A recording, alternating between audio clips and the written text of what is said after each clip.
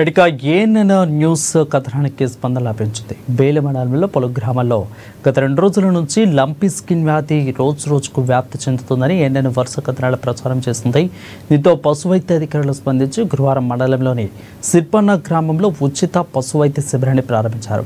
ఇక మండలంలోని పలు గ్రామాల్లో పశువులకు లంపీ చర్మ వ్యాధి రోజుకు విజృంభిస్తున్న విషయం తన దృష్టికి వచ్చిందని మండల పశువైద్యాధికారి శ్రవణ్ కుమార్ అన్నారు. దీంతో వెంటనే సిర్పన్న గ్రామంలో వ్యాధి సోకిన పశువులకు టీకాలు వేయించడం ప్రారంభించినట్లు చెప్పారు. మిగతా గ్రామాల్లో కూడా వారం రోజుల వ్యాక్సిన్ పూర్తి చేస్తామని తెలిపారు.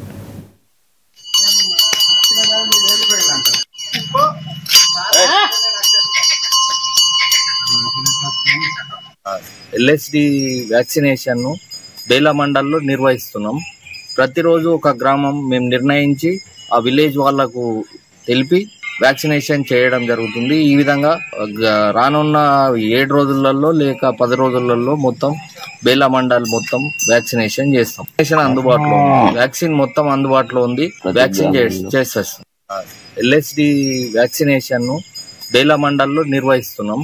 ప్రతిరోజు ఒక గ్రామం మేము నిర్ణయించి ఆ విలేజ్ వాళ్లకు తెలిపి వ్యాక్సినేషన్ చేయడం జరుగుతుంది. ఈ విధంగా రానున్న 7 రోజులలో లేక 10 రోజులలో మొత్తం బేలా మండల్ మొత్తం వ్యాక్సినేషన్ చేస్తాం.